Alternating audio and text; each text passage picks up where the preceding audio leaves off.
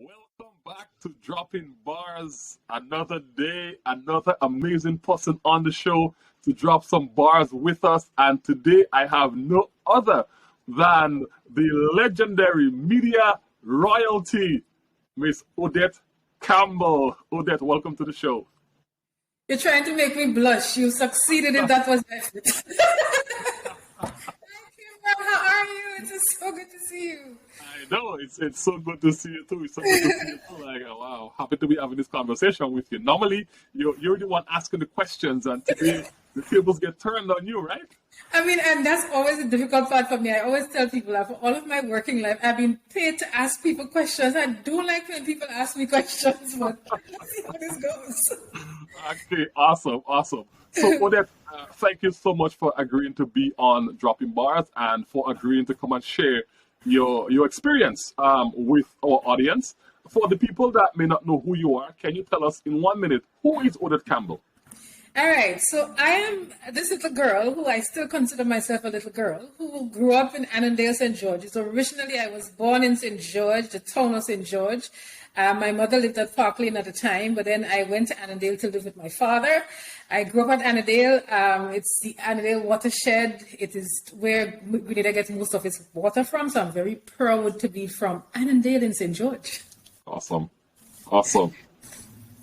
And thank you for sharing that with us. I am Grenadian myself, but I am from the countryside, so not close to Annandale, right?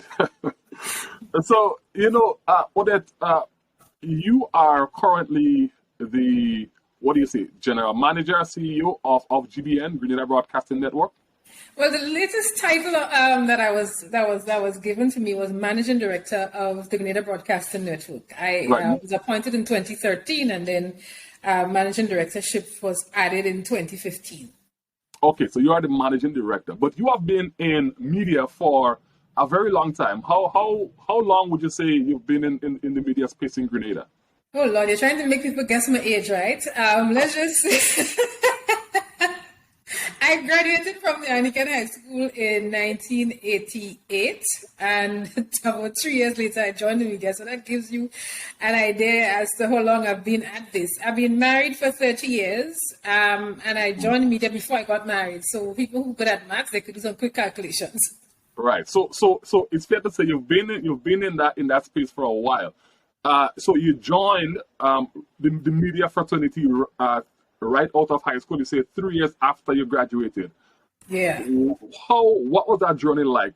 What was it that propelled you into that space? Was it something that you always wanted to do? Is it something that just happened? How did you get into media? Very interesting. I started off my first job was working at a restaurant in Lansapine. And basically, I was counting stock the following day. So the workers worked at night, they sold all the drinks, and I was counting stock the following day. And then that job no longer was available. And the businessman, he was Jewish, and he was leaving Grenada. And I'm walking up Lansapine Main Road, and I meet somebody who tells me, I understand that you're interested in media. I understand that the Informer is looking for a reporter. So I went. Mr. Errol Maitland, God bless his soul, interviewed me. I got the job. I started the following Monday. And I did it for a little bit. I did it for like 3 months, I think. And then somebody come and say to me, no, the boss not happy with your performance, so they're going to fire you. Me, I like to jump before I'm pushed, so I just tendered my resignation. I don't think I was doing well at finding the stories and so. But, I heard Asha telling you that no bad breeze blow. Because after that, Radio Grenada put out this thing, they wanted some stringer reporters where you went and you filed reports and you got paid per report. And it was actually a training program. I signed up for that, and the rest is history. That's where I started really in broadcast media, and I've never looked back since. Wow. Awesome. And I imagine that over the years that you would have encountered different obstacles and so that you had to get over. Can you share maybe one or two obstacles that you had along the way with us that you had to overcome? You just said that somebody told you in the first media job the boss is not happy, so he's going to fire you, and then you decide nobody will fire me, I will fire myself. So you're just gone. But what were some of the obstacles that you had to overcome along the way, and how did you overcome them? Well, I heard you say that you're from the country, but let me just tell you that once in the 1980s, early 1990s, once you were not from the city St. George, so to speak, River Road and the town of St. George and the little outskirts, Tempe, and all people thought you labeled you as if in the country. One thing I will never forget, I am proudly from Annandale in St. George. When you go to Annandale now, the roads are developed. But when I grew up, there was no motorable road. And so the vehicle, the transport that transported the staff early morning, according to union agreements, and late in the night, we worked until from them after 8 minutes at 9, would have to take you home. Right. And I would never, ever forget, there was this particular individual, and he got some orders. When Mr. Moraine, the driver, had to take me home to Annandale, you'll hear the vehicle going, and I know these old, long ago estate roads, that's why you heard the wheels going, right?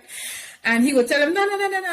I'm not going in Vietnam tonight. She living behind God back. Go and drop her and come back and get me on Scott Street. That time the radio station was on Scott Street.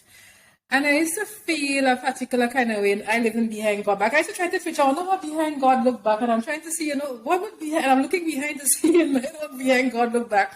And he's not going to Vietnam. And you know what Vietnam, the connotation of Vietnam. Right.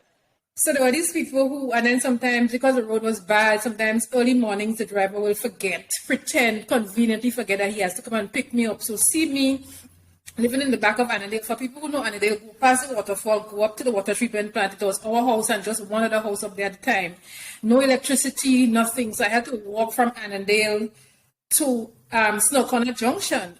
A young girl, not even a woman, a young girl at the time, walking to get transportation. Those are some of the things. And, people made these very snide remarks because I didn't come from a well-to-do family. So I guess, my, your deportment and so in terms of your clothing wasn't the sharpest because you didn't have too much money. And there are a lot of other stories. I didn't get paid for like the first 3 months that I worked. You know how the public service was at that time. So, but I've always been a fighter. So. Wow. And I mean, I'm impressed. Because despite all of that, you're still there today to the point where you're now the managing director of GBN. That's amazing. So going through all of these, what would you say are, let's say, 3 important lessons that you learned along the way that allowed you to persevere and get to where you are? Kimron, there are so many lessons that I've learned, but if we take 3, number 1, you have to learn to close your ears to some things. Number 2, you have to know what you want in life and you must go after it. And number 3, the road is going to get very hard, but you must keep persevering. Never give up because of what other people think, and keep resolute and keep going after what you would like to go after. And I want to kind of focus a little bit on the first one you said. You said sometimes you have to close your ears to what you hear. And sometimes not a lot of people can do that. For example, a lot of us, we get criticism for different things at different stages in our life. For example, like me, I suffered from imposter syndrome for quite a bit. I was fearful of, having a voice and just putting myself out there for fear of what people will say and the criticism that will come. How do you deal with criticism? How do you handle that? There's one word I could use, but I'll avoid using that word. It is very difficult, let me tell you. I don't know if you remember my experience in 2018. I decided in 2017 to go and get a master's degree in international journalism from the University of Sussex. And when I came back, everybody would remember the uproar. There was GBN staff in the yard. They were protesting. There was a petition that was sent to my employers in head office, and there were all kinds of scandalous claims about Odette being this, that, and the other, and the labels that were attached. And several of my advisors would know, Odette, you need to quit this job. You just need to walk away from this and go. And in my head, you had to decide whose voice must be the loudest. What you know about you, what you know about yourself, or what people think about you, or try to make others believe about you without knowing that about you. It was painful, let me just say. I'm human. But I had to learn to shut that noise out. Another experience that I had, I remember in 2021, we were in 2022, when Mr. Dickon Mitchell was elected or nominated as the political leader of the National Democratic Congress. I was the person who interviewed him as a host of Beyond the Headlines. And I'm certain, Kimron, that you might have seen that program. And you should have seen social media light up. It was the most popular program that we ever ran in terms of viewer engagement. There were more than 3,500 comments. And let me just tell you, none of the comments almost had to do with the substance of the debate, but it was an attack against Odette Campbell. She's this, she's that, and the other, because people thought, there was a coronation of Deacon, and I should be there. Deacon, how you doing? You're such a nice boy, and welcome to this, that, and the other. I was doing what I normally do, doing my job as a journalist. I was hated for that. And there was that massive assault. I know it gave a lot of people pride and joy, something to laugh at, but I was not moved by that. When people say, man, Miss Campbell, you need to delete these comments, like, no, you have to know who are some of these people who are attacking me. These people don't even know me. I have a 29-year-old, and some of these people are younger than my oldest child. So I have to know that their children had played there, several people. You just have to do your job. I learned it from Leslie Payne. Rock steady. Right. So, sometimes you have to stand resolute and understand that, hey, the person that is attacking me or speaking ill against me does not even know me, or I do not even know them, and I know who I am, and I am going to stand resolute in who I am. Wow, awesome. And I admire your strength. I did see, the whole debacle. I was privy to it, whether it's on social media or in the media, and so, I did see what was happening, and sometimes I ask myself, I wonder how Odette is handling this and dealing with this, and it's good to actually hear from you firsthand how you dealt with some of those things that you were faced with. And kudos to you. You're still there. You're standing strong, and you're still at the head of one of the leading media entities in Grenada. So, Odette, tell me something. Leave me with one, I would say, nugget of wisdom that you can share with young people. I know Gen Zs, the young people coming up. They may be interested in media, in becoming another Odette Campbell. Well, there's only one Odette Campbell, but maybe they're interested in media or just whatever pursuit that they want to go into. What is one nugget of wisdom that you can leave to the young people of Grenada and the Caribbean on a whole?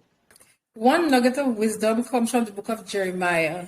And when he was building the temple, he faced a lot of onslaught and a lot of attacks. And so if you go and you read the book of Jeremiah, you'll see where they're building with a sword in one hand.